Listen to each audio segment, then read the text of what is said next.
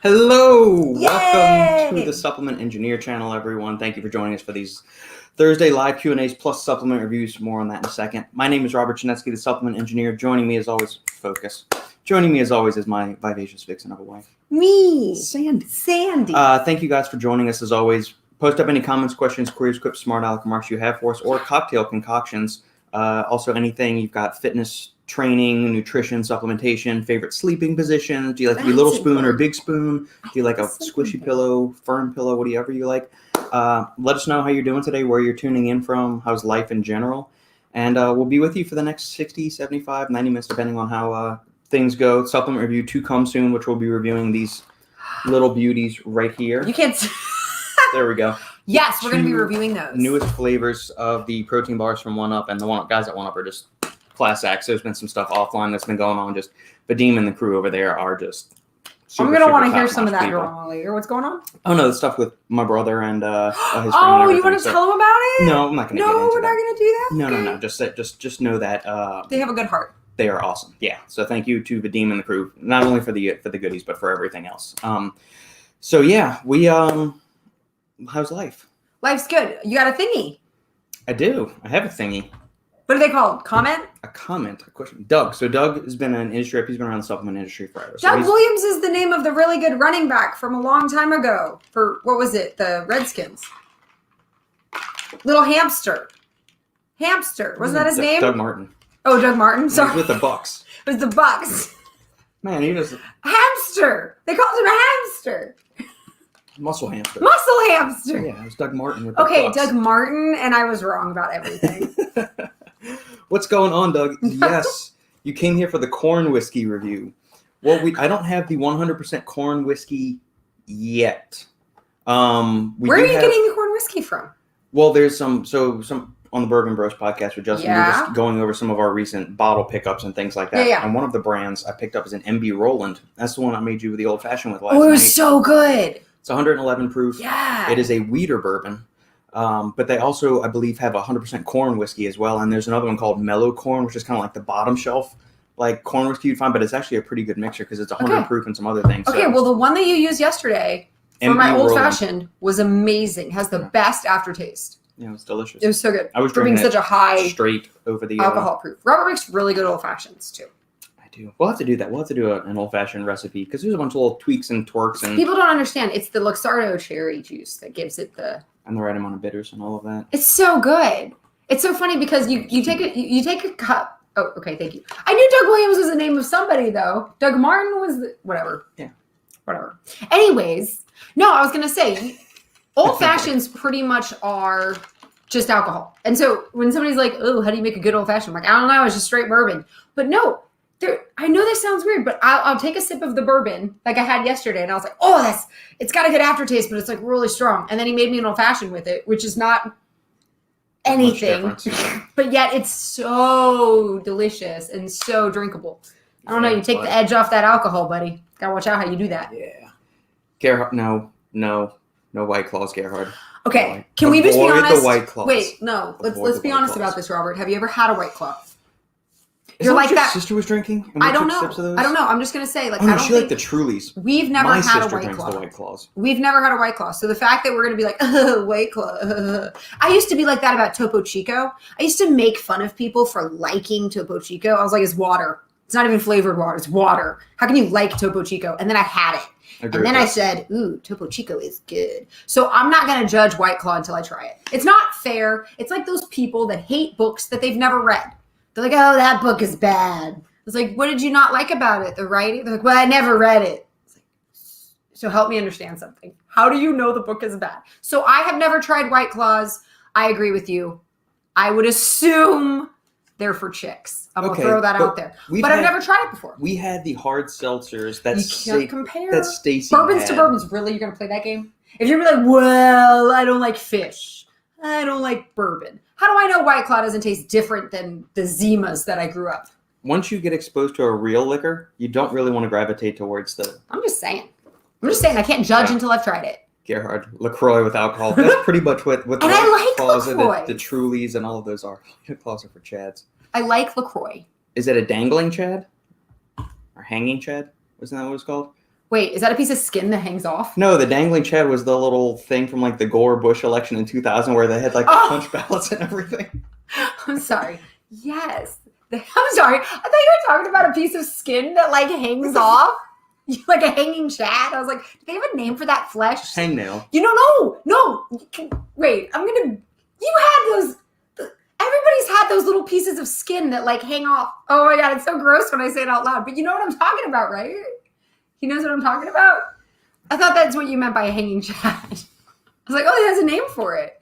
That's 5 minutes exciting. and 30 seconds. We are off the rails, ladies and gentlemen.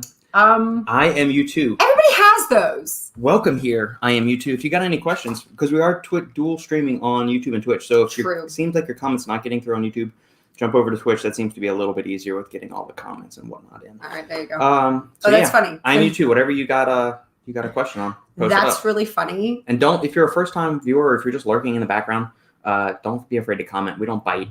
If you have any questions about fitness or nutrition, Robert's really good about those.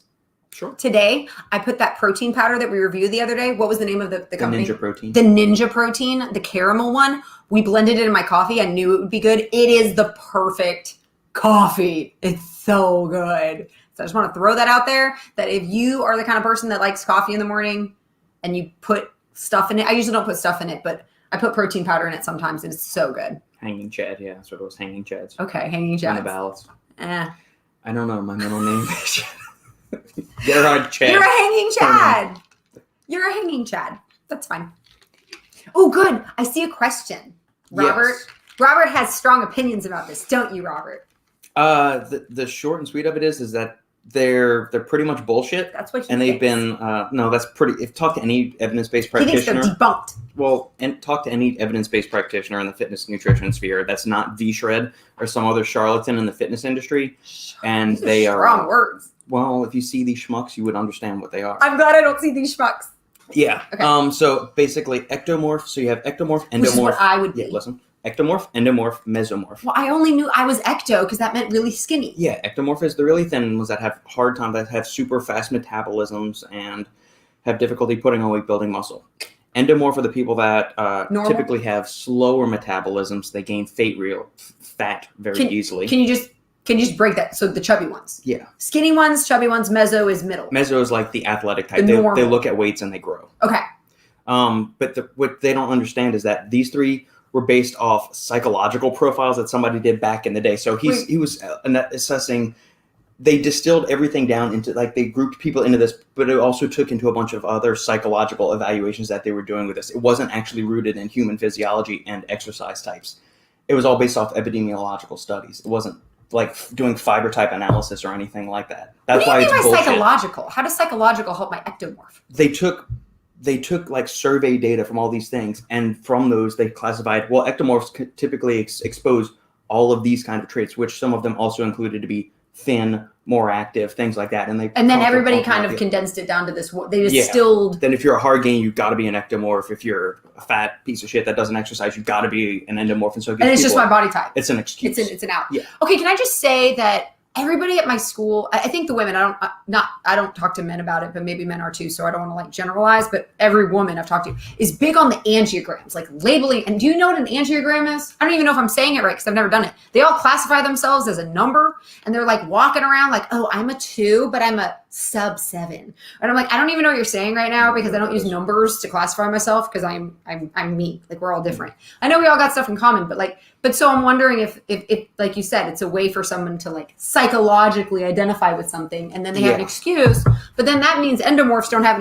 mesomorphs don't have an excuse. They should all be buff. Right, and you are never solely one type or the other. Could you be like, you are typically a thin person? You're also a taller individual. Yeah. But is that going to say like every muscle fiber type on your body, like you are hard gaining too? Like you could not gain muscle no matter what you did. I have back muscle when I work out. Exactly. I don't like classifying people on that. It's bullshit to be a large extent because it's also limiting you, saying, well, I'm an endomorph, so I'll never get results. I'll always be fat and slow and lazy. It's like an Eeyore mentality. Bullshit. Shit. You work hard enough, you can improve from where you are today. You're not stuck. Now, will you turn out to be Michael Jordan, Herschel Walker, Cordell Stewart, any of these like top tier athletes? No. But you can be a hell of a lot better than where you are now. I watched that special. What was the name of it? The Last Dance. Yeah. he worked really hard to go for, I mean, he was really scrawny when he first came out into the league. And then he got some muscle, and it was because of the Detroit Bad Boys. Yeah. That's why he got buff. If it's real kind of person, it's not real. So don't buy into the V-shred bullshit. But I don't think it would be. I think the whole point of it is that you couldn't go from one body type to another. I think if you base your logic on what they were saying, I think they were mutually exclusive. It was like, oh, you're an ectomorph. You can't change your body type to become an endomorph. Like, I think it was pretty fatalistic. Like, right. You are what you are. It's like, you don't need to exercise for your body type. You need to focus on progressive overload using compound exercises with some isolation work in there. Focus on constantly adding more weight, more reps, improving technique, all of that. Push yourself. I'm getting angry because I'm working really hard on this math class that I'm in. And like, it fed into my workout yesterday. What did you give me? Assassin? Yeah, Assassin V7. Man, and he only gave me like half. And I only drank about half of the half. So it was a fourth, right? But man, I was so intense. But what I'm saying is, every time I wanted to stop, I thought of that math class. I was like, you are not going to beat me. And I did 2 or 3 more reps than I thought I could. So it's like, I think it's a matter of pushing yourself to a certain limit. Yeah. I think that's important. Right. Because if you look at some of the, even like the top natural bodybuilders, like they are super skinny guys that start out with. And then they come up to be, these very muscular guys. Like Alberto Nunez said he used to be a really skinny guy. And then he got to be very muscular, very, fully built natural bodybuilder. There's talks of like pro bodybuilders, like IFBB pros. Now, those guys are using a little bit of the naughty sauce, so they've got some chemical enhancement. That'll help. But, they all start natural. And then once they start to get bigger. You have to eat a lot, too. Yeah. Dude, and that's a big problem. The reason ectomorphs don't gain weight is because they have poor nutrition habits, poor sleep habits, or they're just dicking around too much in the gym. Like just doing this thing. Yeah, they're doing that. They're trying to tone, and doing all that shit. Darwin hates it. If I slip up and I say, I just want to tone, he like cuts me off mid. I don't even get to finish what I was going to say. I don't get to tone anything. Yeah. Thoughts on the Man Sports Nootropic? We broke that down a couple of weeks ago. Overall, is that the one that I want to try? Yeah, that was one of them. That was a... That's a lot of caffeine. Did like that. Yeah. And did you say you would give me a half then? Yeah, just because I don't think nootropics need to go that high. Too much caffeine can actually be overstimulating to the effect where you kind of get like the dog doing like this kind of thing. So you get super focused, but you're also kind of bouncing all over the place. It's not a productive kind of focus. Okay, I have a question. So I married you, which naturally makes me part of your life. I don't know anything off the top of this, but I brought the pills that you had me trying out. Yeah, the ones working on for Condemned. Yeah. He's working on these pills, and so I've been giving them to people. But they're like different colored pills, so it's kind of sketchy. People are like, why are they different colors? I'm like, it's fine. It's just manufacturing. But I told my coworkers it's 200 grams or 200 milligrams. 200 mgs, yeah. Sorry, 200 milligrams. Let's explain. And good catch by Gerhard, 400 grams. Milligrams. You'd be dead. Okay. You'd be dead. So I told them it was 200 milligrams of caffeine, which didn't seem, crazy. Right. And all of them went, 200 mil. I was like, well, a bang is like 300. So this is like less than what the kids are drinking. So is 200 milligrams, how much caffeine is in like a Coca-Cola or a cup of coffee? Help me understand what I was telling my coworkers wasn't a big deal. Okay. So a can of Coke is around like 35 to 40. Okay, a cup of green tea has like 60. Or a cup of like black tea might have 60. Okay.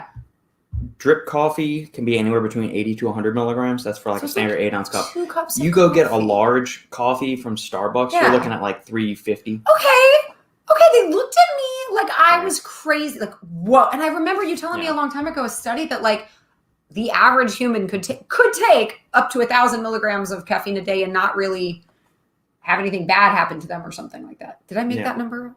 1,000 milligrams of caffeine? What about 1,000? In one day is okay? I'm not ever going to do that. And I never really drink caffeine until you started giving me stuff. But 200 milligrams, they made it seem like I was literally shooting them up with heroin. No, I mean, if you look at most health organizations, they say that 400 is the safe limit of daily intake. But if you look at the studies, they've used upwards of 9 milligrams per kilogram of body weight in both female and men. There's a new study that just came out in judo athletes not too long ago, in female judo athletes. They gave them 9 milligrams per kilogram.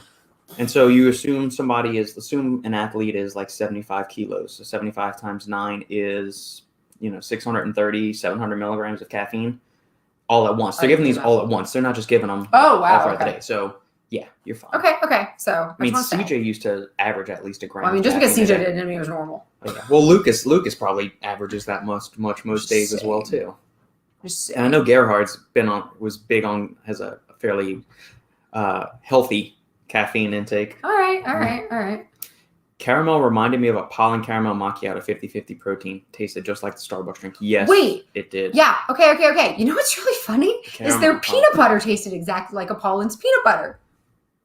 No, a Pollen's peanut butter is so much better. You know, I said we were going to have a peanut butter blind taste test, and I really think we should do that, but we probably don't have all the stuff. We'd have to go get it, and it would probably take a while. But I really think we should do it. I want me to do it, and I want you to do it. I want to see if you notice that much of a difference. Not so much which one's better, because I think they're both delicious. But you keep making it sound like the one that the what's it called? The Ninja? The Ninja Pro. You make it sound like the Ninja peanut butter doesn't taste anything like it. I think they taste really good and really similar. It's good. The Apollo one is still better. I have to do a blind taste test. You're making claims. Man Sports is still around, Doug. They are very quiet, but there's been a couple of news stories that have dropped on Stacked, not in the past couple of days or weeks. Good to know. Game Day on version 12. Yeah, probably. It's been revamped and overhauled. I mean, I think I still have a tub of one of the, this like the 2015 version of Game Day when it still had DMHA in it. It's still lurking around in the back of the, it's lurking around in the back of the pantry. Awkward. Yeah. So these supplements are same for all people. Which supplements are you referring to? Which supplements are you referring? I mean, can you think of a supplement that would be different for different people? Pre-workouts could definitely vary from one individual to the next based on stimulant tolerance. I think it's also based on a personal preference. I think that sometimes certain things work better. Like you said, you like to work out angry. Some of these pre-workouts make you angry. Right. And I don't think it's a good idea for me to work out angry because then I just get angry and I throw the weight down. I'm like, forget this. I'm not going to do it anymore. Like me working out angry is different than me working out determined. Yeah. And I'm like, Brooke, I need a nootropic. Like, you tried to give me an energy drink. You're like, here, take this energy drink as a pre-workout. I said, what is wrong with you? I need a nootropic. Like, I need something to get my mind in the game. Like, I don't just need caffeine. Like a coffee ain't gonna do it. You know what I mean? Like, I need something to, like, get me mentally. Like, let's do this. You know, it's funny. In a lot of the comments on YouTube with different videos of, like, supplement reviews, you'll say people bitch about all pre-workouts are useless. I just need my cup of coffee and that's all the pre-workout I need. And it's like they're touting it as some kind of like badge of honor that I only need coffee. Hey man, that's fine. Whatever works for you. Just because coffee works for you doesn't mean a pre-workout is shit unless the ingredients in it are actually underdosed. There you go. I think to each their own. I think that's kind of why the supplement industry is booming when there's so many of the same thing offered. Like there's so many protein bars. There's so many protein powders. There's so many pre-workouts. Why are these people still in business? And I think it's personal preference. Yeah. Like I love 1UP protein bars. I love the texture of that, right? They call it cold pressed, whatever that means. I'll take it. It tastes like a Rice Krispie treat, but I don't like Rice Krispie treat. It's good. So I like the cold pressed and I love the, what are they called? Authentic bars. I love the authentic bars because I used to love the outright bars. And then we stopped buying the outright bars because we actually never bought them because we only got them free and we're pretty cheap. And we're like, let's not buy protein bars except he does. Anyways, I love the authentic ones because they're like oats. It's like I'm eating oats, not oatmeal. It's like I'm eating oats. I don't know how to explain it. They're really, really good. Do you like feeling like a horse? Maybe I do. But anyways, I think it's important to kind of know who you are and what you like. Sridhar, do you like the Assassin V7 flavor, Sandy, that you used? It's the Ninja's Carnage, the Bomb Pop. Sridhar had the Tiger's Blood flavor, which I'm so pissed at Robbie that he sent me the Ninja Carnage instead of. I'm bitching about the free supplement I got. I know, you're such a what's it called? Miscreant. You're such a malcontent. You're a miscreant too. Yeah, I'm gonna give you that. So anyways, I liked the flavor strangely enough. But again, I only did a half scoop. But I think it tastes better in less water. What do you think? Have you done it with a lot? You know, without thinking, you fill this shaker bottle full of water and you're going, the directions said 8 ounces. And I'm like way up into 24. So I think if you put less water, it tastes pretty good. I think it tastes pretty good. In fact, I was able to drink it while I was like, yeah. Okay. Yeah. And then sometimes, have you ever had a pre-workout that tastes medicinal and like you let it sit too long and you're like, I don't want to drink that anymore. That did not happen with Assassin. It could be some of the ingredients. It worked later. Like when you're about to dump it out, I sipped it. Yeah. That's a big deal. If there's this much left and I'm just about to dump it out, do I drink it or do I just dump it? And chug it. And if I drink it, it means it tastes good. And if I just dump it, it's like, Those are all lost gains going down the drain. I know, but man, sometimes they don't taste good. So I drank the Assassin. No. I don't know. Yeah. I am you too. I've seen skinny people seem more powerful than a day person. Can you? I don't know if I provide some clarity or some explanation. This is really. I'm just confused by what he's saying by this. I'm gonna tell you right now. I'm skinny And I agree that I'm more powerful than a regular person. So I'm with you. I don't know if that's what he was going for, but I was like, I'll take it. I'm not sure. I don't think I have a lot of power. Brooke, my bad. I was walking downstairs. Forgive. For your mistake, throw yourself down the next flight of stairs, and then we will forgive you. I see you, Sandy. I need nootropics. Happy workouts. Stop there from being holes in the floor. Yes. When I get really angry, I can't work out. We have these weights that we got right when we started working out, y'all. It's like they're plastic It's made the cheap with sand. Walmart weights that's just like the plastic, like 7.5 pounds and the 2.5 And you can like pounds take out the 2.5 pounds and put really, the 7.5 really crappy pounds. weights. Yeah. So it can go from like as light as 5 pounds, or then you put the things with the clamper, like the clamper that holds it in.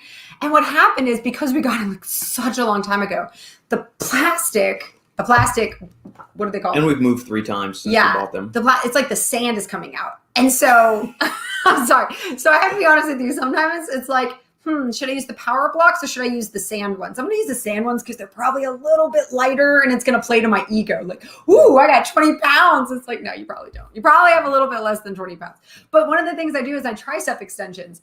And man, I'm laying on the ground and I go down and all the sand like comes in my eye and I'm like, ah! And he's like, I don't know what your problem is. I never have that problem with my tricep extensions. I'm like, I don't know which problem it is either. Maybe you try to work out with your eyes closed. But when I do that, it's like I quit. And it's like, throw the weights down.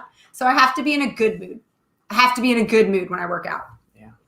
That was the point of the story. Sridhar, Assassin V6.5, which is the collaboration they did with Fitness Deal News TJ. That was the orange Jaffa flavor. Does he think that's better or worse? Versus V7, huge difference in flavor. No, the Assassin V7, the one we have, leaps and bounds better than the V6. But TJ's whole thing is fuck flavor. He doesn't care. He doesn't care. Like, I just goodness. Yeah, just exactly. Give me the stuff. I like flavor. I don't think it's strictly the Alpha Yo. There's different flavoring technologies that Robbie used. I think the manufacturer may have been different as well, or the flavoring house is different between the 6.5 release and the 7 release. There's also a few ingredient tweaks in there that could make the flavoring a little bit easier as well. I'm going to tell you right now that the Assassin V7, that made me work out very well, very hard, and it made me feel good. Like I could do anything. I was happy all day yesterday, and I had a lot to do. I'll give you that tomorrow too. So yes, yeah, it's like taking the place of Genius Joy. You know what I'm saying? I'm like, give me some of that Assassin. Yeah.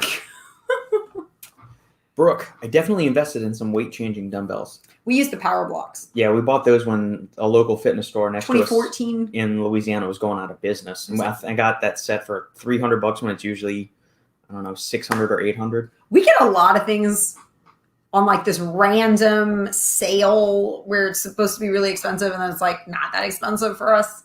We just happen to have good luck with stuff like that. Do we have good luck or are we utilizing the secret? You know what I'm talking about, Oprah? You know? Or do we know the right guys in the mob that get the stuff that just falls off the truck? No, none of that is true. You sure? You know what I'm talking about? Secret. You know. Speaking of that, can I just say something? Because I'm going to do it. I get frustrated. Brooke and I, you know what I'm saying? I get upset with the negativity that people seem to have. Okay, so I do believe in God, but here's what I don't like. I don't like when people give God credit for bad things, and then they're like, oh, this is just the way God made it, and it's just my cross to bear. I was like, I have a feeling God's up there like, I didn't do that. That was you. Like, you did that. Like, that was all you. So I get really frustrated when people like, oh, babies don't sleep, and I won't sleep for the first 3 years of my baby's life, and my baby won't sleep for the first 3 years of my baby's life. I'm like, sleep is really important for you and your baby. So all you got to do is read the book, Baby Wise, The Gift of Nighttime Sleep, and then you've got it. And I don't think that's God trying to like give you a cross to bear or anything like that. Like, just because your life is hard doesn't mean it has to be. And I really don't like that people don't take responsibility for the fact that they make their life hard. They're like, well, it's just the way it is. I was like, I don't want to talk to you anymore. Because that's not true. So it doesn't have to be that way. Like the other day, I'm sitting there eating. Sorry, guys. The other day, I'm sitting next to Robert. And we're both eating lunch. And he has an entire bowl of broccoli and green beans and a sandwich. And I have a burger that he made me with some pickles and a bowl of cheese balls.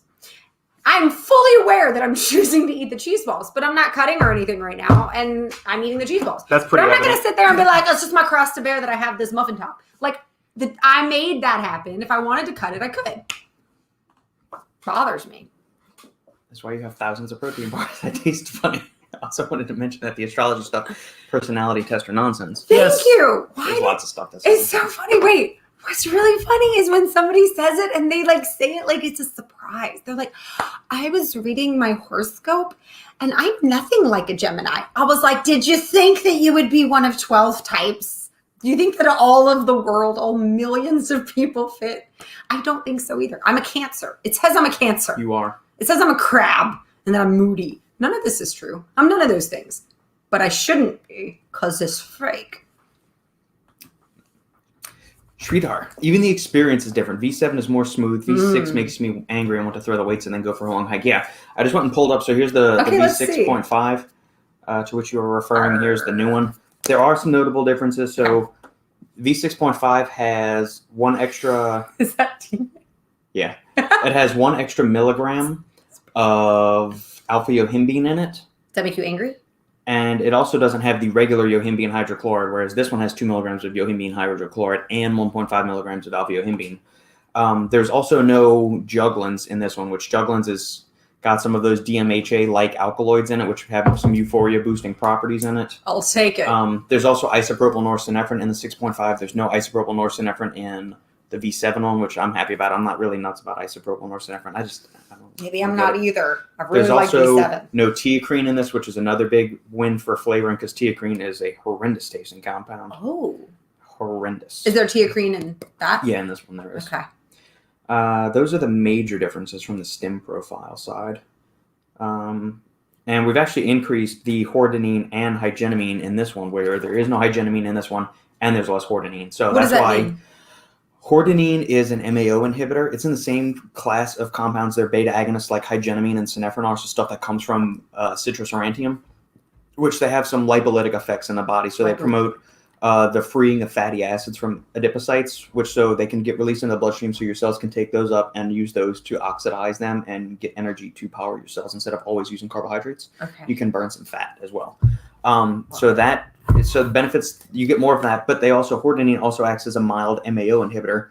MAO is monoamine oxidase, the Stress. enzyme that degrades feel-good chemicals like dopamine and norepinephrine. So by inhibiting the enzyme that breaks those down, it's you longer-lasting elevations in Okay. energy, alertness, focus, mood, all the good stuff. I have to translate what you say a couple of times before I understand what you're saying. Yeah. It goes from alien to Spanish to English. It's like in that conversation. I'm like, okay, I get it now.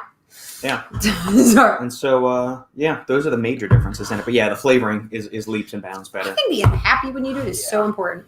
Yeah, absolutely. What up? People just use it as an excuse to act the way they do, or why they can't change for the better. Yeah, you want to label yourself. Join a tribe. Isn't that what you said? It's so funny. Because Robert made such a funny conversation the other day. He said, okay, I don't want to quote you because I'm going to totally misquote you. Do you want to just say it again? No, go ahead. Do you want to say the version that I'm going to say? I'll let you explain it, and then I'll go back and sort through the nonsense. Okay, so I'm pretty sure this is where I always get the gist of what people are saying. Whether or not I'm accurate is just it is what it is. Right now, we're about to insult 16 different cultures and what she's going to say, so we'll put that as a caveat.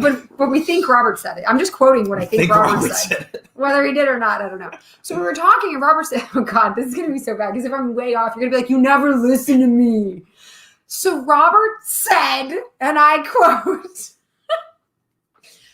so Robert said, okay, so we have the internet, and at first, we used to use it for things that were cool, like with Mario Brothers or Dragon Ball Z. We could be like, hey, do you think Goku is better than blah? And it was really a way to connect, right? When it first came out, like in like the 90s, 2000s, like you could find a group on the internet that had something in common with you, and you guys would talk, and you would have long paragraphs. Are you proud of me for remembering as much as I said? If Doug is still watching, he was on the bodybuilding.com boards, and him and I would go back. We would jump in like the supplement threads. A long time And ago. you would have these very intelligent civil discussions. And disagreements that were interesting. Like, I never thought of it that way, and da-da-da. And he said, the way that it would happen is you would have long conversations with people. You would connect with people. You found yourself agreeing with people and you liked it. And things that you maybe disagreed with, you were okay with it. Like if somebody thought Goku was a better fighter than Vegeta. And who is the best Dragon Ball Z villain? Who is the best Dragon Ball Z villain? It was like an intelligent and fun and interesting kind of conversation. He said, but then as the internet kind of came out, and I think you said access to Twitter, if I'm not mistaken, was that one of the things that you had said? Facebook, Twitter, all social media stuff. But what he said was interesting is that then it's like people stopped spending time crafting arguments or paragraphs, and then it was like one words, and then it was like Stupid. Fighting with each other. Yeah. That's dumb. Stupid. Oh, I just spit. Yeah. Whoa. Gross. That was a lot. Yeah. Anyways, and he said, so it kind of got back and forth, and then it created more divide. He said, so now they're trying to use the internet like find your own tribe. And he said, it's like we started out tribal where we didn't have access to other people. So you only got along with the tribe that you were with. And then we got the internet, and then you were able to connect. To me, it reminds me of like a bell curve. Well, now there's like 16 different forms to communicate. So you've got the message boards, you've got individual person sites, you've got Facebook, TikTok, Woof. Twitter, Instagram, Woof, Parler, whatever social media platform Trump is doing since he's gotten kicked off of every other one. I mean, and now the messaging from like All Sports Brand and all of these other companies is find your tribe. And he's like, so I kind of feel like we're going back. So this whole purpose was to bring everybody together, and now it's separate. Put me back in my little separate, hole. go away. And so it's just kind of funny. It's just, but I think everything's a pendulum swing, and I've always thought about that with history. It's like things go really big one way, things go bigger, and I'm just kind of waiting for the swing, I guess. I don't know, but I thought that was interesting. Yeah, find your tribe. Yeah, keep the comments and questions rolling, guys. Very good job on. Did I do a good job? Yes, providing a synopsis of our conversation. Yes, very good. Jiffy Jank. Recommendation of amount of carbs pre and post workout. Can I just add to that? When you say pre-workout, let's talk about how far in advance. Because the other day I didn't eat much the day before I worked out, and I woke up and worked out in the morning, and I was so tapped. I didn't have any energy. So I just want to say, is there a time limit? Like if I had eaten something right before I worked out, would that have helped the fact that I didn't eat as much the day before? Or do I need to eat the day before and sleep on it so that I have like a reserve? I think I'm adding to this poor Jiffy Jank's question. And he's like, man, I don't want you to talk to me. I'm like, sorry. So I'm just adding. Well, we always have to put things in a context. So the recommended amount of carbs pre and post workout is largely going to depend on your own calorie needs, plus what you've had before going into it. And, what you've been nutrition the day before. So that matters. Let's say that you're training first thing in the morning. Well, I just kind of like completely jacked up my hair right there. All right. So let's assume you're training first thing in the morning fasted. You want to have a relatively heavy carbohydrate meal right before you go to bed. Saying you're like somebody like me that immediately you wake up, you're not hungry. You don't want to eat a bunch of food right before you go to train. If you're waking up at 4:30 in the morning, you're going to train right after that. So you want to eat a fairly carbohydrate rich meal as your last meal. That way glycogen stores are topped off and you've got sufficient blood glucose and all that good stuff to train hard. You also kind of want to mess around with timing. So are you somebody that likes to have somewhat of a full stomach, or not necessarily a full stomach, but you want to have some kind of food in you to where you feel you're not hungry? Because some people, if they start to feel hungry in the middle of workout, they can't concentrate, they get pissed off, their energy levels tank, the concentration tanks, and they just pack up their shit and go home. I get hungry. I work out so I can eat. Yeah. So we also kind of need to take in a context of what kind of carbohydrate sources do you react well to? How far in advance of your training session do you want to eat? Do you want your pre-workout meal? So if, obviously the further away you structure your pre-workout meal, the larger and slower digesting you want those carbohydrates to be, to where if you're having like your pre-workout meal 2 hours before you work out, maybe you want a whole cup of oats. So that's going to be, 80 grams of old-fashioned oats. And that'll provide you a really good sustained release. So that's 54 grams of carbohydrates, I think, and that'll be a nice sustained release eventually. Plus, you're going to have some fats in there, probably because you got peanut butter or walnuts or something. You're going to have berries and you're going to have protein powder in there. Or maybe you do like a 4-egg omelet with some buttered toast and bacon, something like that. A nice, a good heavy meal to kind of tide you over. When you start getting within that 30 to 60 minute window, you want a smaller portion of carbohydrates, maybe something in like a banana? 20 to 30 gram range. Yeah, a banana is really good. A scoop of some kind of dextrose powder or cyclic dextrin, cluster dextrin would be really good. And then post-workout, again, it's going to depend on how close was your pre-workout meal, if any, to your post-workout meal, how many carbohydrates you're allotted during the day. Do high carbohydrate meals tend to leave you feeling very fatigued afterwards? Where say you finish your training session, you go and you slam a big heavy carbohydrate meal. Exhausted. Does that just make you feel tired, like you just want to go nap after that? Whereas you may not have that option. If you work from home and you have that option, great, then go take a nap. The nap will probably help you recover even more. But if you're somebody that actually has to function, right after you finish training and eating lunch and all that stuff, then you kind of got to tweak your carbohydrate sources, either the type and or quantity of them. And you what want else a faster digesting then? No, you would want probably something a little bit more sustained release, because it's the quick digesting carbohydrates, which will pop the blood sugars up and then they'll go down real quick. And that's where you kind of get that energy lull. Interesting. So it's kind of acute things, but assuming we're talking about immediately pre-workout in that 30 to 60 minute time window before training, 25, 30 is more than enough to get you through. Unless you're doing hungry. Yeah, unless you're doing like some kind of like super high intense training, like an hour and a half or 2 hour like CrossFit workout, or you're going to play soccer outside or something for like 3 hours. Then you want to start having some intra-workout carbohydrates and some intra-workout nutrition and things like that. But typical 45, 60-minute resistance training session, 25, 30 grams of carbohydrates is going to be more than enough to sustain you. But then again, if it doesn't feel like enough, that's where you got to do some experimentation. But start with about 25 grams or so. Interesting. Yeah. Tweaky or Twickle? Tweaky. Tweaky. Hello, Tweaky. Welcome to the stream. Super cute. You got any comments or questions? Feel free to post them up. Do you want to do the one up? Yes, that's what we're just going to do right now. I was going to say, while we're waiting for some more questions to pop in, and if you're a first-time viewer again, don't be shy. Hop in. I'm really excited. I love these types of protein bars. They taste like Rice Krispies treats, but not as sticky. Vadim and the crew, we've reviewed several of the one-up bars before, as well as their protein powders and all that, but they just came out with 2 brand new flavors. Strawberry pie and blueberry cobbler. That sounds delicious. So we're going to review those. They were just awesome. And we also got this lovely little handwritten note. Robert, remember, no pain, no gain. Be awesome. Julian.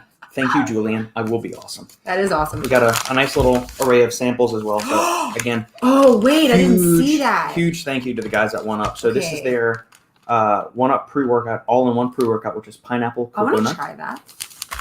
This is the coconut ice cream sample, which we have a tub of that. I love that. And I love this. Plus, yes. These are so good. And this is their nighttime recovery aid / fat burner, sleep aid, recharge PM. I'll take that. So we can do that. They also, this is the men's version. They have a female version called Beauty Dream PM as well. But you could take this. I mean, there's nothing specific in it. The man ingredients. Am I going to grow a mustache? No. They just have some more female slided ingredients in the female. But I want to eat these. Let me just tell you guys something. I love the idea of strawberry pie. I was going to say I love strawberry pie, but I'm going to be honest with you. I don't know if I really do. I think I like pie more than I do. And then whenever I get a chance to eat it, I'm going, But I actually do like blueberry cobbler. You like the 4-berry pie up in So in Michigan, there was, what was the name of that? Remember that? The Pie Lords. Oh, no, it was Pie something, and it was awesome. It was a pie shop, and they had like a 4-berry pie. Yeah. So quick rundown of the nutrition facts. Each bar has 260 calories, 6 grams of fat, 37 grams of carbohydrates, 5 grams of fiber, 9 grams of total sugars, including 6 grams of added sugars, 7 grams of sugar alcohols, 17 grams of protein. The main protein is coming from protein blend of whey protein isolate, whey protein concentrate, tapioca starch, calcium carbonate, sunflower lecithin, egg whites, and kosher gelatin. And there's tapioca syrup, white chocolate coating, allulose, glycerin, gluten-free graham cracker, and it tells you all the ingredients in that. They're both white chocolate. Organic erythritol, strawberries, canola oil, soluble corn fiber, natural flavors, tocopherols. I always say tocopherols, but I believe it's tocopherols. And vitamin C. These look awesome. Yeah. They look awesome. So I am a fan of white chocolate, mostly because, let's be honest, white chocolate is just sugar and cream. Isn't that right? It's just sugar and fat? Yep. I love white chocolate. All right, so which one are we going to do first? Let's do the blueberry, because I'm really excited about blueberry. Is that okay? Yeah. Blueberry is one of my favorite flavors. It's my favorite yogurt. Blueberry yogurt is like one of my favorite yogurts. All right. So before you bite into it, you have to show off the bar to the people. It smells really good. Okay, I love blueberry stuff. Oh, look at all that blueberry goop. Look at that. That looks super natural. Doesn't that look good? And then the bottom is like, you can tell like where it was laid before they poured the white chocolate. Yeah. I am so excited. Okay. Oh my God. It has this gooey top. Yes. Oh my God. It tastes so good. It tastes exactly like that blueberry stuff. Yeah. What does that remind me of? Oh my God. I think it actually reminds me of blueberry cobbler. Focus. You can see that. No, it tastes like something. Hold on, I'm gonna think about it. It tastes like something. Oh, it tastes like something. What does it taste like? Where have I had blueberry like that before? That is blueberry. It's not blueberry flavoring. It's not fake blueberry. That's blueberry. like blueberry compote. Oh my God. Ruth's Chris. The cheesecake. Holy shnikes. We got to send that to your family. Your family gets some. So tell them about the Okay, guys. cheesecake. First of all, his family be wealthy. They were more wealthy than I was. You know, fancy dinner for us was Olive Garden. I wouldn't go that far. Fancy dinner for his family was Ruth's Chris Steakhouse, where the steak itself is $35. Okay. Anyways, when I started dating him, we would go there, and anytime you celebrate, you could get a dessert, and they give you a free dessert. You're making it seem like it was a weekly occurrence. Hold on. Every time something big happened, you know, his family all were like valedictorian. They were all black belts. They were Miss Dance Louisiana. You had fancy things happening all the time in your family. Don't try to play like, no, we didn't go. You guys were going all the time, okay? So all the times I got to go with you, you go to Ruth's Chris Steakhouse. And I don't know, you know, because sometimes they're privately owned. So I don't know if it's like everywhere has the same dessert, but there's this one dessert. I'm going to drool. I wonder if you can like find a picture of it online. We can show you. They have this cheesecake. And y'all, it is not super sweet. That's what makes it so good. It is a cheesecake. Oh my God. I can't even talk. It's a cheesecake. And then the bottom is like, I don't know, nuts. It's a combination of graham cracker and nuts. Pecans, maybe? I don't know. It's like whatever. A crumble crust. But the cheesecake's not too sweet. And then they always pour this blueberry. Oh my God, it tastes just like blueberries, like real blueberry compote that they've like made. And they just pour it on top. So it's just the entire top layer is this like thick blueberry. And when you bite into it with the cream cheese, and it's like thick cream cheesecake. So it's like, oh my God, it's like whipped and so good. This SHIT tastes just like the Ruth's Chris cheesecake. That is exactly what it tastes like. Home run then. How did they do it? I don't know. You want to make your parents eat this. I know Vadim goes through a lot of taste testing with those. It's so good. So you could go to Ruth's Chris, or you could buy these. So there is a caveat. The Ruth's Chris by us does something called the Power Lunch, where you basically get the salad, the steak, and a side for $22. So that's the Ruth's that my parents would go to. It wasn't like we were doing dinners there. It was always like the Power Lunch business lunch special. You're trying to make it sound better. It is. Oh my God, this you is get so good. the full meal for $20 instead of paying just $35 by itself with nothing else at dinner. Let me tell you why weren't Ruth's going Chris to is dinner. worth the money. Because if you tell them that you're there for a special occasion, They get they free dessert. will give you the free cheesecake. So go pay the money on the steak, which is amazing. The steak is so good. Cream spinach is so good. Yeah. Barbecue shrimp is so good. Yeah. Sorry, this is supposed to be a review about the protein bars, but I'm going to tell you Ruth's Chris is pretty good. Ruth's Chris You can get this in cheesecake Baton for Rouge. free if you have a reason to go there. The Ruth's Chris in Baton Rouge by LSU. They're so good. All right. Dude, you should Strawberry. send this to the people at Ruth's Chris. You should name it. Strawberry. Ruth's Chris. Strawberry pie. Okay, strawberry pie. Okay. You can see like they've got the little layer of strawberry. So this Filling one's right more there? exposed. Yeah. And that one's like hidden, like a jelly, like a jelly. Okay, I'm wondering if it's the exact same layer from their peanut butter and jelly. This is thicker. I'll taste like strawberry pie. You took a very big bite. That I was an aggressive bite. I mean, I didn't mean to, but I kind of did. Okay. While you gather yourself, I'll give it a smell. It smells the strawberry. All right. So if you've ever had the classic Pop-Tart, that's what the strawberry kind of smells. It's But like better. classic Pop-Tart smell. No, it has like the idea of the flavor, Yeah. but the texture is so much better than a Pop-Tart. Like, so much better. But it kind of has that. The classic strawberry Pop-Tart, that's what the strawberry filling kind of reminds me of a lot. But more of it. Like thicker. Mhm. Okay, man. These are winners. If anyone would be interested in a blueberry cobbler protein bar, right? Like, I don't think that's going to appeal to everybody, but if it did, they would love it. Freaking love it. Yeah. Same thing with the strawberry pie. Like, Yeah. if you're the kind of person like, ooh, strawberry pie, it tastes just like a strawberry pie. So you're going to love it. I don't think anyone who likes the idea of a blueberry cobbler or a strawberry pie flavored protein bar would go, ugh, this is so gross. But someone who's like, I want chocolate, I'm like, then don't buy the blueberry cobbler. Right. So I think if you like these flavors in general, and the thing is that they're really good. They taste indulgent. They taste like a dessert. Yeah. without being too sweet. That's really important to me. I don't Bang like up job again. We've reviewed. This has got to be like the 8th or 9th flavor. They're of the gonna think protein we're paid bars by we've them, tried. but they're good. I'll tell you if it was nasty. No, these are really good. How do you think they compare to like the key lime bar? I ate the key lime the other day. I was in the mood for a key lime pie. We've done the s'mores before. We had the cookies and cream, the peanut butter and jelly. Okay, I like all of their flavors. And the one that's the mind trip for me is the chocolate. Because if you look at the chocolate, the inside looks exactly like this. Yeah. And then it's just chocolate on the outside. And you're like, where's the chocolate? Where's the chocolate? And you eat it, it's like fills your mouth with chocolate. I don't know how they do it. It's like magic. No, I think they're protein, and I love the texture. It doesn't taste like a protein bar. I think that's really important to say. It's not the chewy, sticky, like you're chewing for days where your mouth is like, not like it hurts your jaw. Right. These don't do that. They taste like Rice Krispies treats, but better because they're less marshmallowy, if that makes any sense. Right. I love the texture of 1 hour bars. Yeah. Like I would give these to anyone. Like I almost want them to let me just like hand them out at my school with like a coupon for like buy one, get one free or something. I swear they'd make so much money because they're so good. They are. These are really, really solid flavors. So thank you to the Vadim and John and the rest of the crew over at One Up for sending us the goodies. We much appreciate it. My question for you, transitioning from bars to kind of a bigger bar conversation. So we've reviewed the authentic bars recently. Yep.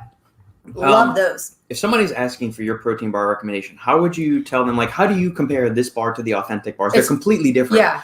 But how do you go about saying, if somebody's saying like, hey, recommend me a protein bar, how do you kind of say, which way do you want to go? I'm going to counter you with this. I am a big fan of know thyself, right? Like the Sun Tzu, know yourself and know your enemy, and in 10,000 battles or whatever, you'll be victorious. And I feel like if somebody asked me what protein bar do you recommend, the first thing I would say is, what do you look for? Do you look for, are you okay with the traditional, like a person who is used to protein bars that are chewy and like they taste like a protein, the tacky ones. Let's say they're used to that. The Muscle Farm Combat bars or something. Then I wouldn't necessarily recommend these unless they wanted to change it up. I would recommend something like a Ronnie Coleman bar, even though those that's like a pure candy bar. That's like a pure man. Candy bar, right? Like if you're in the mood for a candy bar, I'm going to give you a candy bar. If you're in the mood for like something that's like a protein bar, I'll give you something like a protein bar. But I would recommend these for someone who likes things like a different texture, because like these appeal to me because I don't like the texture of protein bars. It's almost like a shortbread cookie kind of. It's so good. Really it is. Good. It's like a cookie, or it's like it melts in your mouth like a Milano cookie, like that kind of texture. So and Rice Krispie treat. So it's like this weird, easy to eat. Yeah. And I love the outright and authentic bars. Like I said, it feels like I'm eating something healthy, like I'm eating oatmeal. Like if that makes any sense. Like I can actually taste. Yeah, those are very, very nut butter forward though. Like it's very strong. They're very nut butter. But so if you want a little bit more balanced flavor profile, I wouldn't go that way. But if you want something that's like super peanut butter flavored, then go for it, all the time. Yeah. So I'm just saying, if I had to pick a protein bar, I'd ask the person who they were and then what they want and then go from there. Yes. Identify yourself in protein bar flavors for us. People are different, man. People are different. These are so good. You were just curious, Tweaky. I more or less live on a meal replacement at the moment. Which meal replacement powder? And if you can give us a little bit more detail, we can kind of go, are you looking to switch it up? Or are you looking to tweak your things or something? Yeah, I am. A little bit more. Yes, Gerhard, these are delicious. By the way, I'm just throwing that out there. Dude, yeah, Gerhard, G Money, they're so fantastic. Good. And I'm telling you, if you've ever been to Ruth's Chris and had their cheesecake, these taste exactly like, oh my gosh, like that blueberry one is gonna be my favorite. Yeah, I like blueberries more than strawberries by general, anyways. So I like the blueberry better than the strawberry, but it's not because I don't like. It's just I like blueberries more. So there's that. It is amazing how much science goes into things, like how much carbs you need. Well, yeah, a lot of it depends on your own calorie needs throughout the day. And I mean, big picture, does the average individual need to worry about this stuff? Like if you're just looking to be generally fit and healthy, no, just focus first on consuming enough calories and enough protein during the day. Kind of evenly distribute your meals if possible. And maybe you want to balance your carbohydrates a little bit more, bias it a little bit more to your training side, so like your pre and your post workout minutes to kind of optimize things. But for the average individual that's looking to be healthy, you don't need to get mired down in these details. These kind of nutrient timing things are for people that are kind of going for that extra percent, that really want to optimize their things as far, whether it be performance, muscle gain, recovery, muscle retention, if you're in a fat loss phase, any of those kind of things. So that's something else we need to keep in mind. Like the average individual, doesn't need to really mess with meal timing. Short of maybe make sure you have some protein before and after your workout. Not immediately before. You don't need to slam the protein shake the second you throw down the dumbbells. But, just have some protein. Be smart with your food intake. Don't starve yourself for 12 hours after you work out. That just doesn't make any sense. Or beforehand. Yeah. Cream inside, please. Yeah, they got the cream on. It's not cream. It's like a jelly. Yeah, it's like a jelly. It's like a chewy jelly. That's kind of how I would say it, because I want to make sure. Are you working? I mean, do I classify the podcast as working? Yes. Sure. I'm not. I'm a teacher. I'm disseminating supplement and fitness. I'm just hanging out with my husband. Yeah, there we go. I'm just doing my thing. Boom of cream. Smell XDD. Ever since you mentioned Nova Pump Neuro, it has been selling like crazy. Is that true? Look at you. I need to call up Chris over at Nova Farm and say, dude, I need my royalties on that. If stuff is good, then it should sell well. Yeah, I mean the product is very well dosed. The flavorings are on point. Everything I've had from a Nova Farm, just about. Do I like things from a Nova Farm? Yeah, the Limitless pre-workout that I gave you, I think on Monday was one of like the happy zoned in ones that you took. I felt good on Monday. Yeah. That was Limitless. Okay. Yeah. You did that. You did Assassin yesterday. Yeah, I liked Assassin. Right. They would do it tomorrow. So, all of those are good. I like Nova Pump and Nova Pump Neuro from a Nova Farm. Their MVP is solid. Enduraline is great. The OMG. OMG! EAA. It tastes good. EAs, yeah. That tastes good. Donation toward Adaptions for Sandy and Happy Thoughts. Happy Brooke, you're thoughts. awesome. Thank you so much for the generosity and donation. Brooks. Oh, and Brooke, thank you for the sheets. So we took off the $300 sheets from Boll & Branch, which I don't recommend, by the way. And we used the jersey sheets from Amazon, just generic Amazon sheets for like $40, I guess. I don't know. Is that what they are? Yep. And we used those, and we bought a new $50. comforter because our comforter was just like this, like such a thick comforter. I want to throw that thing on the scale and see how much it weighs. It weighs so much. Like, like sometimes you want to kick your leg out or something. That thing would be like a weight on you. Like, man, this is why I work out, so I can lift my leg. So we changed comforters to like a lighter comforter, and it is so soft getting into bed and is so comfortable. I was like, Boll & Branch, kiss your tush. I don't care about all your organic whatever. If it doesn't feel good and it doesn't sleep good, don't buy it. So we're going to return it. We are. Are we officially going to return it? We can give it another week and see if you want to bounce back and forth. I mean, the sheets are cool, but does it really have that much of a difference between the $40 sheets? They're not soft. You don't want to get in them. You want to get out of them. It helps me get out of bed in the morning. How about that? I don't notice them as itchy as you. I don't know why. I don't know either. Your skin. No, can we just be honest about why you don't notice it? Do you really want to go there? You have so many calluses, like all up on your body.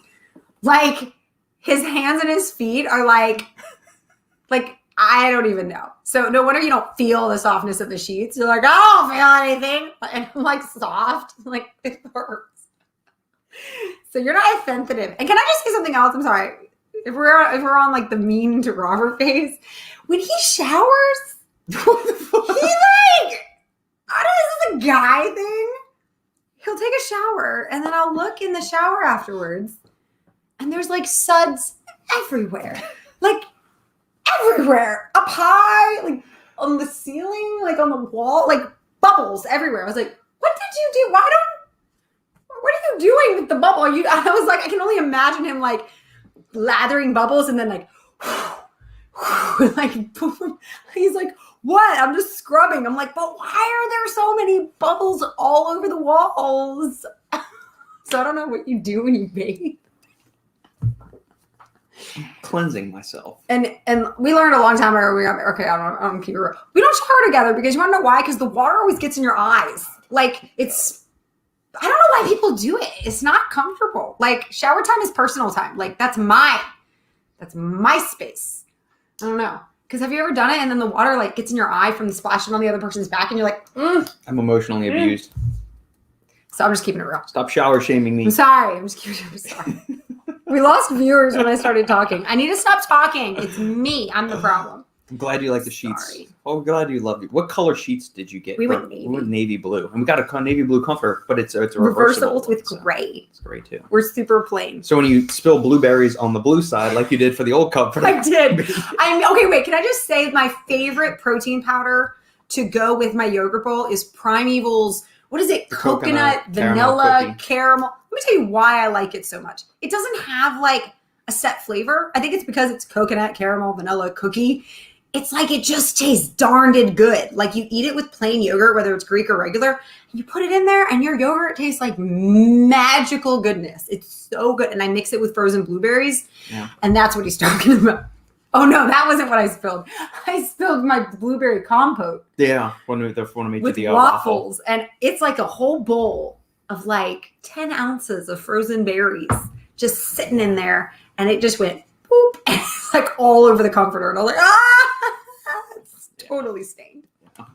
Sorry about I'm a that. simple person. I work out, therefore I can snack. That's her mantra in life. Thank you. I work out so I can eat too. It's pretty exciting. It helps you push through.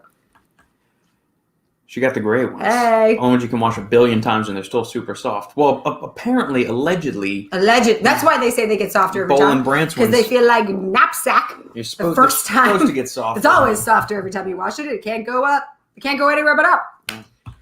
False advertising. Which ingredients do you usually cycle off? Yeah, that's a Tren. good question. Do you cycle off Tren? Hooperzine, don't you do that? Yeah. No, it was a joke. It was a steroid joke. Never mind.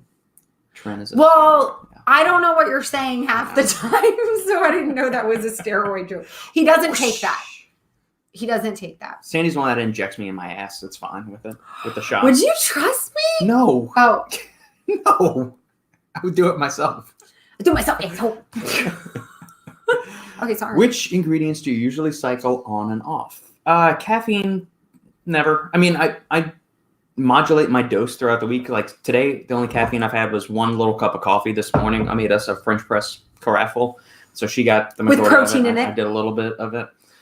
Some days I'll take a 400 milligram pre-workout. Some That's a days lot. I'll take 300, and maybe I'll have a sip of an energy drink that's in the fridge. You average like 400 milligrams a day? No. I would say my average is between 250 and 300. Okay. But you know what he doesn't take? No, I'm just kidding. I was going to make a joke. He drinks bourbon every day. That's a thing. It helps his creative writing. And I'm not going to lie. I started taking a shot of alcohol before I go to bed every night. Did we already talk about that? Yes, we have. Well, my nightmares have stopped, so it's worth it. Good. It's just a shot. Boy, Just 20, just save it because 20 grams. Brooke is ready for the Sandy tirade. So let's answer sweethearts first. Caffeine, no, there's not really any need to, unless you're one of these people that is basically living on stimulants from sun up till sundown. Like you can't function without some caffeine in your system, where you get like a throbbing headache if you don't have a certain amount of caffeine in your system. So I would, maybe in that case, like if you're 200 milligram pre-workout, 300 milligram pre-workout, your 600 milligram pre-workout is not working for you anymore, I would start to dial back the dose on the amount of caffeine. DMHA, the aggressive stimulants, DMHA, Juglans, Aria-Durensis. You should cycle those off. I would recommend cycling those just for the fact that you stop getting like that really pow right in the kisser, like euphoria, tunnel vision focus after you use them a couple of days in a row. So use it one day, take 3 days off of it, use it again, take another 3 days off. Something along those lines. Hooperzine, it kind of depends on the dose. So I'll take Hooperzine a couple of days in a row maybe. So I'll do like 50 milligrams one day. I just finished some alpha EA right here, which had 50 micrograms of Hooperzine in it. Some other times pre-workouts or nootropics will have 100 milligrams, 200 milligrams, 300 milligrams in it. Some of them even go as high as 500. While that is quote unquote safe, I don't think the average individual needs that. Those 400 and 500 microgram doses are used in people that are in cognitive decline and on the verge of Alzheimer's if they don't already have Alzheimer's. If you're a healthy, functioning individual in your 20s, 30s, 40s, in my opinion, I don't think you should be taking that much, especially not consistently. So if you're going to take 200 microgram dose of Hooperzine, which is, safe and effective, take it for a couple of days if you want to. Then, you could do like a 3-on, 1-off cycle, a 3-on, 2-off cycle, a 5-on during the week, like Monday, Tuesday, Wednesday, Thursday, Friday, then take the weekend completely off and then go on that. Same thing with some of the racetams like phenylpiracetam, Nupept, oxyracetams, all of those kind of other like super exotic nootropics. I would recommend cycling those. The things that you can take every day: reishi mushroom, lion's mane mushroom, creatine. Yeah, creatine, that's a good nootropic I didn't even think about. So lion's mane, reishi, neurofactor, creatine, rhodiola, bacopa monnieri, KSM 66, ashwagandha, things like that. All of those are nootropics you could take every day, and I don't see any issues with them. There we go. Ginseng's another one you could do. Ginkgo biloba, fish oil. That was big in like the 2000s. Those are all. Okay, I have a question. Yes. It's been a question this whole time you've been talking. Quick interjection. The macadamia nut coffee from Bones Coffee is amazing. We appreciate it. Okay, good. Thank you for telling us that. We can buy it. We're going to need to get some Bones Coffee. Get some. Okay. Okay. HEB coffee is really good too. If you go to HEB. Okay. So that's not, I have a tirade there. Oh, okay. It's about the Lola Bunny thing. I'm going to get into that. Oh, shit. My question is, it was about his thing. Okay. People with addictive personalities, do they need to watch out for things more than other people? Remember, we talked about this.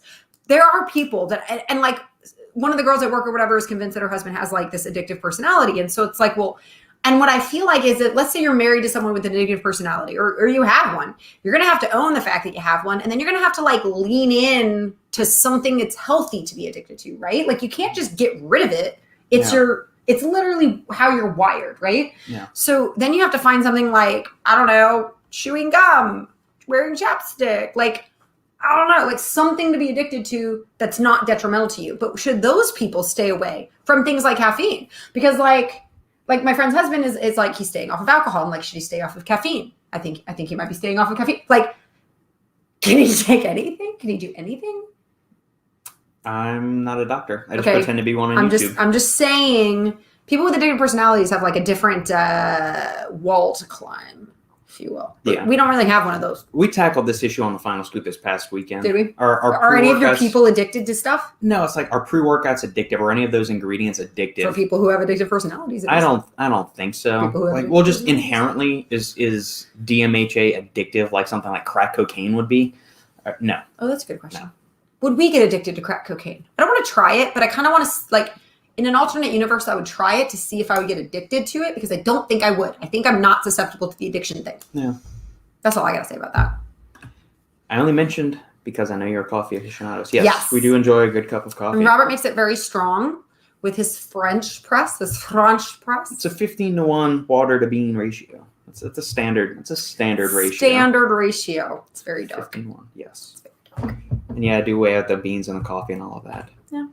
Wondering if people are just naturally predisposed to be addictive to things. That's what I'm wondering. It's like, I know that there's people with addictive I go to the casino and I don't get addicted. There's a genetic component to it, and I think I was telling you on this. I was listening to a podcast, and they were relaying some information they had heard about some secondhand. Correct. Yeah. So this isn't something I have looked into extensively, but this is something that a guy that is interested in addictive personalities was researching and listening to various podcasts, and he was saying some of the science that they're starting to see now, what causes addiction is kind of the mindset and experience you have when you're going into that substance. So somebody could take XYZ compound and they could become addicted to it because they are depressed and they're using it to get to a state of being just normal. Whereas if somebody is already normal or very happy and content in their life, they're fulfilled, and they take it, they might get a good high off of it, but then they're not addicted to it. So that person is seeking that substance to get a relief from whatever they're doing. Funny story, which came first, chicken or egg, catch 22. The two people that I know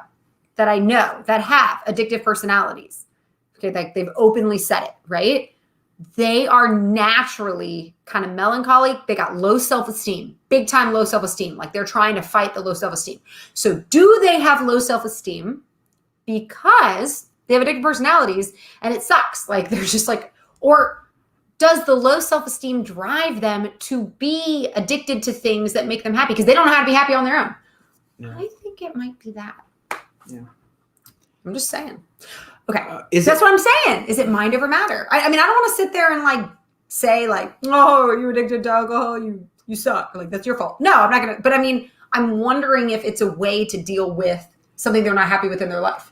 Yeah. Right. So they're just not happy in their life. I think for a certain segment of people that deal with depressive symptoms, I think that is definitely a possibility. Like it is mind over matter. There's also an addictive personality. Is it across the board all the way for every situation? No, because there is some chemical imbalance going on in there. There are genetic components that affect these things. We know maybe they're lacking something and they get it from the things they're addicted to. Right. So in certain cases, yeah, it could be just mind over matter. In other cases, it may not be. I'm just saying. Yeah. I'm just saying. That makes sense, whether it is seen as an addiction or a dependency. Right. Yeah. Food for thought. Yep. All right. Okay, I have a tirade because I got into one. Tell me what you think about this, Brooke. Tell me what you think about this. Robert was telling me, and I haven't seen it, so this is again. Is the new movie out? Yeah, it's been out for a little over a week. Okay, so I haven't seen the new Space Jam movie, but I love the old Space Jam movie. We watched it the other day. First of all, the soundtrack is great. Fantastic. Looking for that Space Jam. Do your thing. Do your thing. Anyways, I love the Space Jam movie. And one of the characters I really like is Lola Bunny because she's sassy and she's good at basketball. And she's like, ooh. But then Robert told me that he saw... I'll bring up the images right now. Show me the new image of Lola Bunny because I don't want to like say something that it's not because I've never seen the movie. But I liked that Lola Bunny was like a little sassy looking thing. And then you said in the new thing, she doesn't look super cute and sassy. Okay, so old school Lola Bunny. Okay, so let's check this out. I just want to talk about this one. Okay, here we go. Old school Lola Bunny. Look at that sassy girl. Look at her spinning that ball on her. I like her. I like sassy girls. It's like, ooh, I'm going to be sassy. Yeah. Okay, what does she look like now? Okay. So they took away all my sassafras. Yeah. So Whoa, she looks kind of frumpy. Yeah. Okay, she looks like okay, here's the thing that bothers me about it. Let me tell you something. I don't understand why being an attractive female somehow means you can't be taken seriously as a basketball player. And the same thing we were talking about, like the Black Widow. They've completely made her Scarlett Johansson character. Yeah. So he was talking about how like, oh yeah, they sexified her too much in the beginning. And she was bitching about that. She was saying it was too sexified. And now, I don't think it, see, look, like, let me just say something. Let me tell you why I'm okay with when the female spy or the female athlete looks super sassy, and then it's because she kicks ass, and it's because, how do I say this? She breaks the stereotype. But this is also the exact outfit that LeBron kind of wears too, so they're trying to make her look more like LeBron either, because he always wears a sleeve on his arm, and he's got the shorts hanging out like that too. I mean, I guess, but let me say this. I don't think that there's anything wrong with looking good and looking sassy and then being a kick-ass spy or a kick-ass basketball player. I don't think they're mutually exclusive. And what I liked about Lola Bunny is that you look at her and you're like, and the guys are drooling while she's bouncing around, like while she's going around, you can turn it off. Yeah. But while she's going around, like beating the snot out of them in basketball, like she still looks good, right? And then the thing about the Black Widow, I think it tells I don't think it shows feminine weakness. I think it shows men weakness. The fact that I'm good looking and you can't, as a man, I can get secrets from you because you don't suspect me as being intelligent or able to kick your butt because I'm wearing a super sassy outfit. Like, how do I say it? Like, I don't think I'm like anti-feminism. I think I'm like strong female. And yeah, you can look good while you kick boy butt. Like, I don't think they need to make girls ugly to be strong. Do you know what I'm saying? You don't have to have an ugly haircut. You don't have to have ugly clothes to be taken seriously as a woman. Like a man. You don't need to dress like a man to be taken seriously as a woman. You can dress like an attractive female and still be taken seriously as a female. And I appreciate that. If you want to dress like a man, that's fine. But you have the right to dress like a female and then break the stereotype. Like, just so you know, I'm gorgeous and I can kick your butt. And I don't think there's anything wrong with being a badass that's like, whoosh. Princess Leia is a good example. Yeah. I mean, I don't know. I think it's weird when people are like, she was too sexy. We have to make her unsexy. It's a bad role model for girls. I'm like, I don't think it's a bad role model for girls. She was sassy and she was good looking and she could run rings around the boys. Like, what's wrong with that? Like, what's wrong with having a girl who's sassy? You don't all have to be that way, but I don't mind having a sassy girl. Yeah, well, the whole thing too of Black Widow is that she's a femme fatale by nature. That is her whole She's thing. supposed to be sexy and then like, whoosh. And that's the point of being a spy is like, I'm going to lure a Black Widow spy. I'm going to lure you into my net by being sexy. And then I'm going to kick your butt. Yeah. Like, that's cool. Well, and that's what the first one did. That's so cool. In Avengers, in the original Avengers, that was great. Like she caught Robert Downey Jr. off guard. Yeah, in Iron Man 2, she did the same thing. Right. All that. I agree. Badass looking women just being badass. Like, I don't Brooke. you don't have to uglify. And the thing that bothers me is that, like, I love female basketball, but like, you don't got to be all like, you don't have to assume that all the people are ugly. Yeah, like, that's not true. What was the girl's name? Brittany Jackson. Brittany Jackson, yeah. She was like Tennessee always had the good looking white girl. Tennessee always had good looking girls. One good looking white girl on there. I loved Candace Parker was cute Candace too. Parker was cute too. She was. I don't like talking about Tennessee's women basketball because they always beat LSU basketball. Okay, I'm gonna talk about it. Go Sylvia Fowles. Go Tamika. Go Erica White. Go Simone Augustus. I can't believe I It is, didn't and say it's Simone Hollywood Augustus. paying lip service to Yeah, the that social bothers me. justice Like, warrior. I don't need you to uglify women to make them more powerful. Yeah. Screw you. Why can't I have a powerful, attractive woman? Like, why'd you gotta give Captain Marvel some crazy haircut? Like, I don't understand. Anyways, there's nothing wrong with being attractive and kicking ass. Agreed. What's wrong with that? Like, that's so weird. And if you want to be, and I'm not saying you have to be attractive either. I'm just saying you don't have to uglify what was already attractive. Like, you don't be like, oh, she's too pretty. We got to fix that. I'm like, why do you have to? Agreed. Like, no, sir. Heidi Klum is very powerful and very attractive. Yeah. Cindy Crawford's successful, and she's got the whole makeup She's got the line whole and everything. makeup line that I personally buy from. I use Meaningful Beauty. Thank you, Cindy Crawford. I'm gonna laugh if y'all are like, girl, you ugly. I was like, sorry, Cindy Crawford, but this is your doing. Yeah, but then she has like the furniture. I don't know. I'm just whatever. Yeah. Okay. So we are LSU grads. Go Tigers. Brooke is a Florida grad. There are some murmurings I'm seeing on the SEC league wire that two prominent schools from the Big 12 are starting to make flirtations with the SEC that they want to jump over to our conference. What? UT and Oklahoma.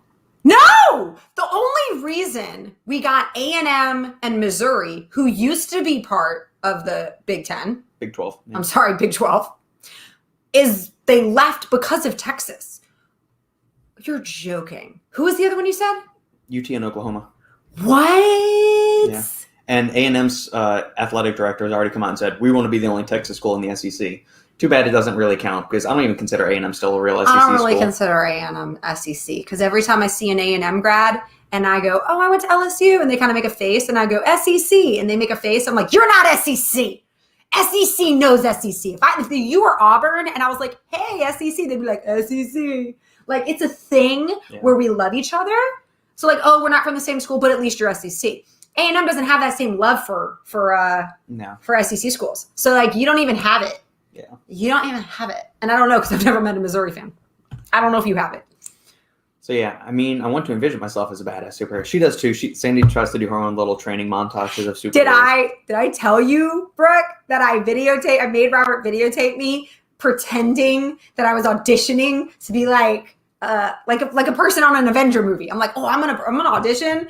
And so because and then I don't know if I told you, but I figured out how to answer the question. They'd be like, do you do martial arts? And I would reply with, oh, well, my husband is a black belt in Taekwondo, so you know. And then so I was like, I didn't answer the question, but I made them think the answer is yes. And they're like, well, show us what you got. And I do this whole like, wah, wah, wah. And I was like, yeah, I'm a badass. Totally. Yeah. Comment of the day. You win, Brian. You win. You win. You're so funny. Sandy can't be near us. No. I don't want UT. I don't want Oklahoma. I don't even. They don't A&M. know what it's like to be SEC. I don't want A&M. I don't want Missouri in the SEC. They don't know what it's like to be in the. Let me tell you something. Like SEC. Like I don't know how to explain it. Like Brooke, you know, like if I see someone from any SEC school, I'm so excited to see them. Yeah. Like A&M is like, you're LSU. I'm like, you wish you were SEC, but you're not really. But then you kind of came because you didn't want to be like the little brother of UT, and now you're like in the SEC, but you're not even proud of the SEC. Like, who are you?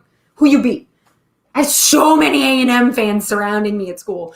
Everyone's from A&M with their ring. They wear a really big ring. The college ring. Yeah, it's like huge. And they all wear it. I'm like, who wears their college ring? Just wear a t-shirt. I've got my college ring. Should I go walk around your just campus wear a next time visor. with it? Like, just wear a hat and just wear a t-shirt. I was like, I know you're a grad. I wear my LSU ring to campus next time. Do you have an LSU ring? Yeah, it's got the little gears on, just like my dad does. Okay, I did not get an LSU ring. I have 2 degrees from there. Well, I really thought it was cool because I wanted a ring just like my dad did because he had the gears, and I always grew up seeing those gears on his ring for mechanical engineering. I thought it was really cool and stuff. So let me see how much you use that engineering degree. It did for a while. Hope you're happy you got that ring with the gears on it. I do. It's proof that I was graduated as an engineer. I have a diploma. Where's the video? I have it on my phone. I'll send it to you. Because it's really funny because, like, I'm serious. Like, I'm like, okay, because I'm acting. Like, you gotta understand, I'm like, I don't know. I guess I'm like a 5-year-old. But anyways, I was like, take a video. So Robert's videotaping me, and I'm like, huh, huh, huh, and then I back it. I'm like, yeah, I block, and then I kick, and I punch. And the second I'm done, it felt so good, Brooke, that when I'm done with the video, I'm like, oh man, I kicked butt. Then the second I'm done, I jump up and I go, and Robert's like, dude. Yeah. You can't end like that. Like that take away the badassness. I want to be Kill Bill. Like if I could be like a and I know you got all the Avenger people, but I would be the chick from Kill Bill. I am more than adequate with the what did she say? That's another badass movie where the women are badass. The women are they badass. Don't neuter the men either. Well, here's the funny thing about Bud. Bud neutered himself. He's like working at a strip club, right? But then he's the only one that almost kills her. Like he shoots her with a shotgun of pellets or whatever. Rock salt, yeah. Man.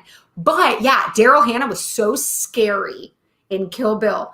And like, yeah, I love Kill Bill. I would want to be, what is Black Mamba? Yeah. And like the song, like, you know, the Green Hornet when she's like on the motorcycle in Tokyo. Yeah. Brooke, if you have WhatsApp, send that to me and I can send you the video of Sandy since that's an encrypted data network. Yes, I'm wearing a sports bra and pants, and it's before I really started working out, so there's a little muffin top. So I need you not to judge me, okay, Brooke? I need you not to judge the muffin top coming out of the pants, okay?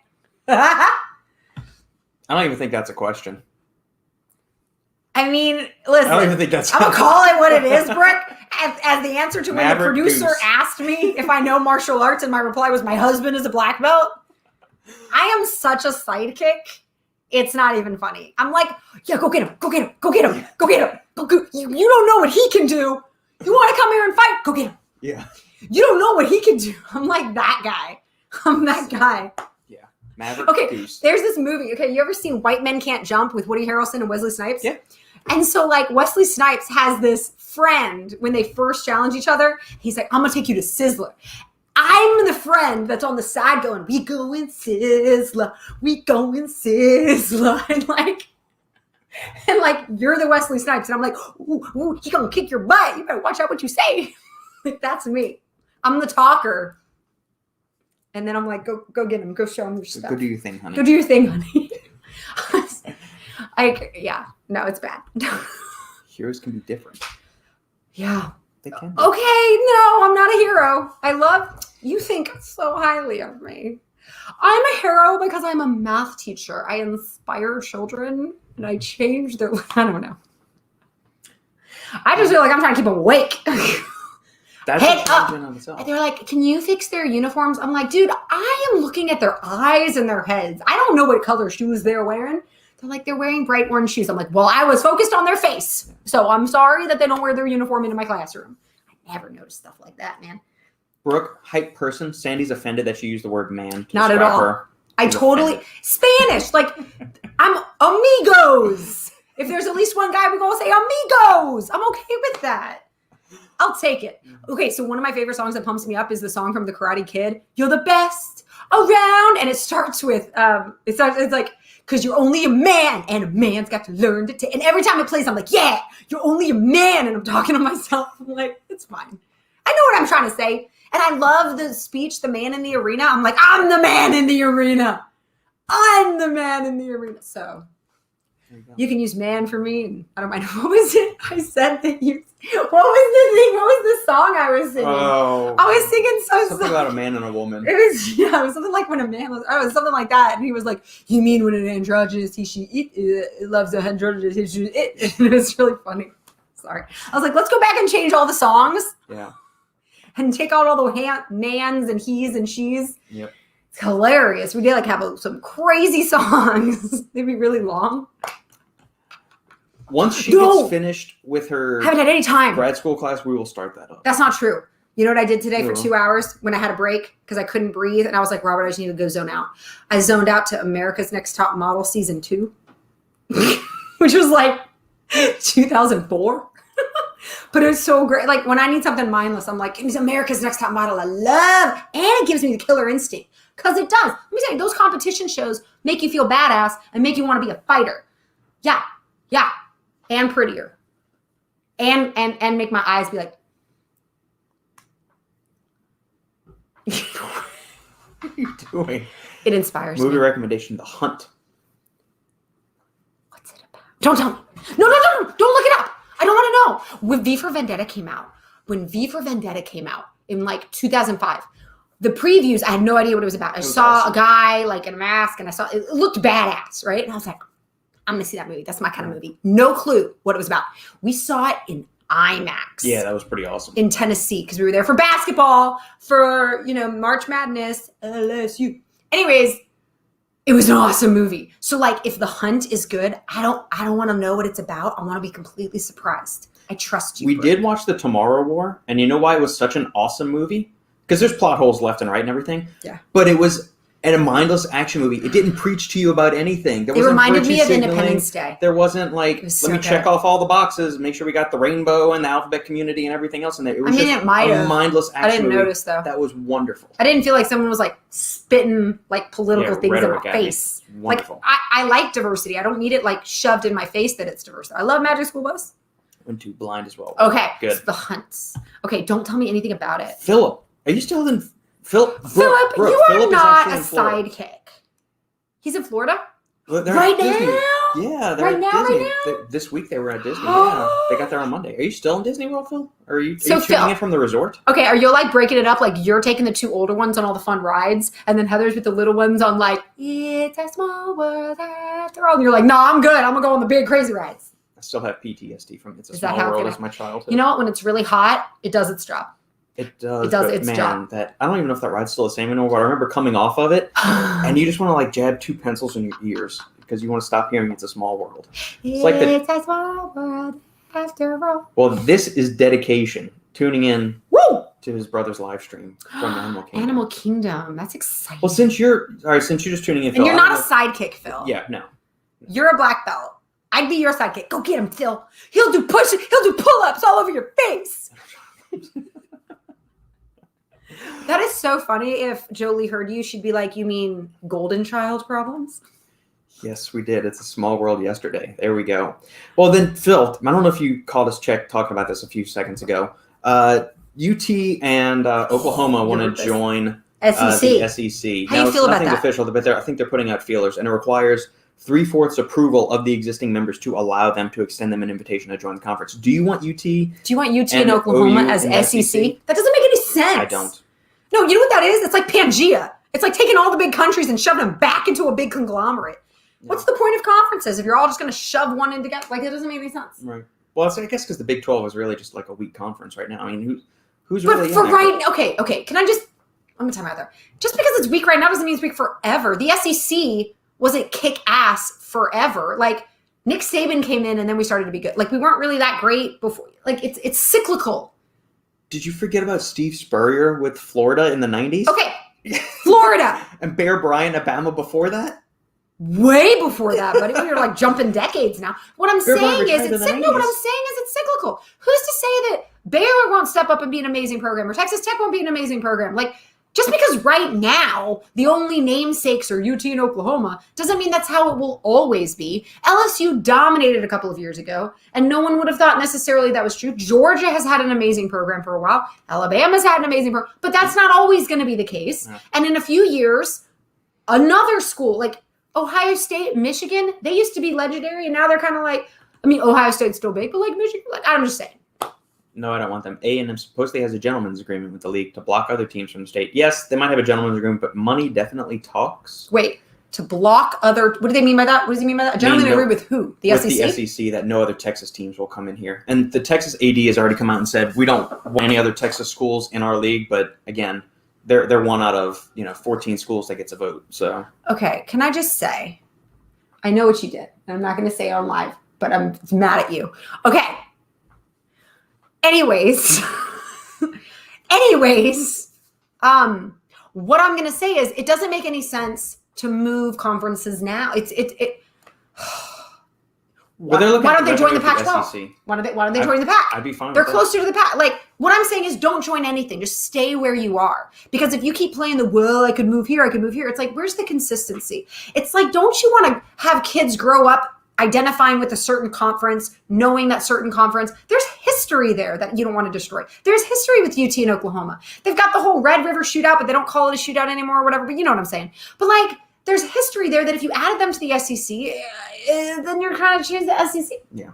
I think A&M also has little brother syndrome. They do have little brother syndrome. Because that's the reason they wanted to bail out of the Big 12 initially, is because UT had the Longhorn Network and they were getting the majority of the profits of the thing and all that. Well, if A&M wants to man up and be a better football school, kick UT's ass in football sometimes and, shut them up. You know what? Don't run to another league to get out of playing them every year. Was it Ditka? Who was the coach that said, I have no issue running up the score. If you want me to stop running up the score, get your defense to stop me from running up the score. Like, I'm not going to feel bad about whooping your butt. Yeah. That's the point of the game. Like, I'm not going to feel bad about that. Like, I'm playing my best players, and we're going to give it all we got. If you want to stop us, stop us. But don't go crying on the sidelines because we're that much better than you. Just do better next year. Yeah.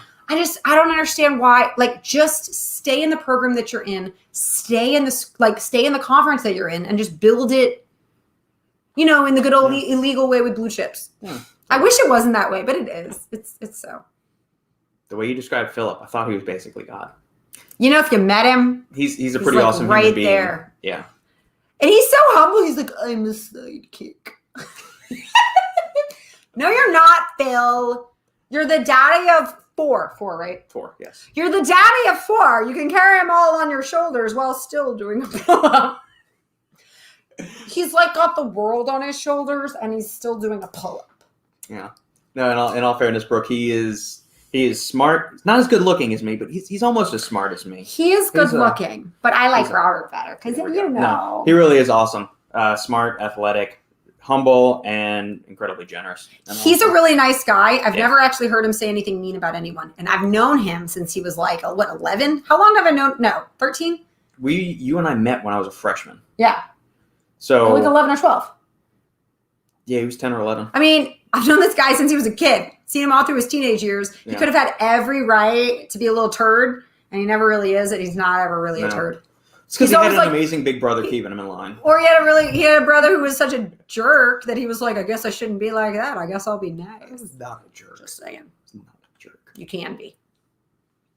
See, now he's trying to make jokes. Even his jokes aren't that bad. That is too many kids we can't remember. I get No, he has 4. I almost made the worst mistake, Brooke. There was this, there's this guy that I know, and he has a wife, and then they have a son who's like Sophia's age. And I remember him telling me something about the wife trying to get pregnant. But you know how I kind of don't pay attention, remember, not remember. So I remembered that she was pregnant. And I was this close to when she came up to being like, congratulations on the baby. And so I didn't say anything to her, thank God. But then later I was talking to him and I was like, yeah. And he's like, yeah, my wife's just really tired. I'm like, right, because she's pregnant. He's like, she's not pregnant. I was like, oh my God. I thought you said, he's like, I mean, we're trying, but it's not working. I was I was going to say something. And she was wearing like looser fitting clothing. So I don't know, man. All I got to say is I was like, dodged a bullet there. Because I was about to be like, and you're pregnant. She'd be like, F you. I'm about to punch you. That would not have gone over. You probably would have been fired on the spot. So anyways, but what I was going to say is, so sometimes it's hard to remember even if they just have one Brooke. Yeah. But yeah, I didn't know how many he has 4 kids. Yes, he does. Now, I keep thinking they're going to have 5, which is why I keep thinking there's a 5 there, but it's not. They actually only have 4 in existence right currently. Now. Yeah. There might be a 5th one. I mean, I think there's going to be a 5th. I mean, I'm not, no pressure, Phil. You're fine. But I just keep thinking in my head that you're not done having kids yet. And so I keep thinking you have 5, but you don't have 5. There's only 4 in existence. The wheel weaves as the wheel wills. At work, we almost had a snafu when someone said, good luck on the pregnancy. She had a thyroid. That's a me move. That's what I would do. That's awesome. Sucks. That's awesome. Yeah, that sucks. You know what really sucks too is like the second you get married. Robert and I waited 8 years before we had kids. Every time you feel slightly lightheaded or nauseous, everyone's like, you're pregnant. I'm like, dude, it smells like fish in here. It doesn't sit well with my stomach. I'm not pregnant. Or like I get dizzy and I'm like, dude, I got up too fast. So like, you're pregnant. I'm like, I'm not pregnant. I need food. Shut up. You forget something. It's pregnancy brain. Pregnancy brain. Actually, I used that when I didn't really have it. You can use that when you don't really have it. When you totally just mess up on something and you're like, pregnancy brain. You can't say anything because you don't know me. You don't know. It's pregnancy brain. Evasive actions had to be taken. Yeah. He's just joking. We dared him to say something funny to somebody. You're so funny. Like something like that. I don't know. Oh, man. Good stuff. All right, guys. Last call for questions, and then you can I'm going to go to mommy-daughter skip dinner. to my loo and go pick up the halfling. She is wearing Cinderella dress today. So she discovered Disney princesses dresses for birthday. Somebody got her a Snow White dress, and the world has changed. So now she has a Snow White dress. She has an Anna dress that she doesn't wear that often. So she really much goes Snow White, Cinderella, Belle, Sleeping Beauty, Elsa. She likes the Elsa dress. So it's like every day of the week, she got a different princess thing going on. She got the gloves. She's got it all. She does. Yeah. Do you know where you're gonna go eat, or you? I let her pick. Roots. The melting pot. Phil, are you still there? This protein bar tastes just like the cheesecake at Roots with the blueberry thing on top. I took a bite and I was like, what is that? That tastes so familiar. It's the cheesecake from Roots Chris. So get this 1-Up blueberry protein bar. Oh my gosh. Mate, I spilled some blueberry. This carpet's dirty anyways. It doesn't matter. It doesn't matter. Oh, I just don't want it to get buried into the. I was gonna eat it. He just put it away. He's so responsible. So I do my best. Don't wish that evil upon you.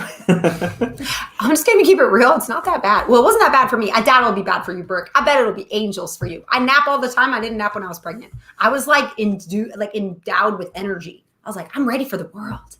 Yeah. Pregnancy rocked for me, and I didn't get any allergies. Yeah. Yeah. Thank you for the stream. You're welcome. Thank you for tuning in. Thank everybody else tuning in as well. Thanks, Brooke, and thanks for the $5. Jesse Botoni? How do you say that, Jesse? Release day of your pre-workout. There's a couple of things in the work.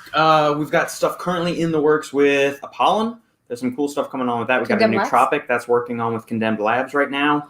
And there's a couple of other brands. I can't say their names. But he has a really cool nootropic that's definitely coming out with Condemned Labs. Use that as a pre-workout. I've got another batch of samples en route to the house as we speak now. Where's the one that I really... Okay, never mind. Which one? All of the ones he's created. Oh, and the accelerant. Yes! Yes, that's still in the works with Condemned as well. Yeah. They're coming out soon. There's a litany of things in the works. You'll know, and you need to get them, and you're gonna be like, we will. When they're officially released, or if the other couple of brands that I'm working with on the side give me the all clear to announce that something formal is going on, I can delve those details and let them kind of. Okay, it's gonna be awesome. But yeah, they're coming. They're coming. Just keeping it real. Keeping it real. I hear Shane typing in the background. Yep, he's always there. Okay. Nootropic. Oh God, Brooke, you're gonna love it. Make sure we're gonna send you the red one. Yeah. Okay. Yeah, the nootropic that you've been working with and everything. No, but there's another one. What's the other one? The accelerant. Yes. Can I say the name of it? Yeah. Brooke, have you ever? No, she hasn't tried. Oh my God, you're gonna love it. That was just you. Let me tell you something. You're gonna love it. Okay. That's all I'm gonna say. Oh, there we go. Yeah, it's gonna. Yeah, Brooke. Whenever it gets released, I'm just gonna send you a bottle of it because you were involved in the beta testing of it and all that other good stuff. So at least we can do is do all that. So, all right, guys. Thank you all for tuning in again. If you're catching this on the live or the replay, go ahead and leave a comment if you have a question or topic for a future episode, or shoot me an email to supplementengineer@gmail.com. Make sure to like, comment, subscribe, hit the notification bell so you get little reminders when these the lives go. And just one other reminder, the final scoop this week is going to be on Sunday at 1 o'clock, not Saturday. Because we have a family reunion on Saturday. Robbie is traveling on Saturday, as are we. So we will be here in town Sunday, 1 p.m. Central Standard Time, 2 p.m. Eastern Standard Time for all of the banter with the final scoop crew. And we will be having Aaron at Performax Lab should be joining. Oh, that's exciting. Me, Robbie, and Lucas. Shane will be out of commission that day, but we will have Aaron stepping in to provide us with more banter. You're the best. You're the best around. Listen to it. It's great. All right, guys. Thank you, and we will catch you next week.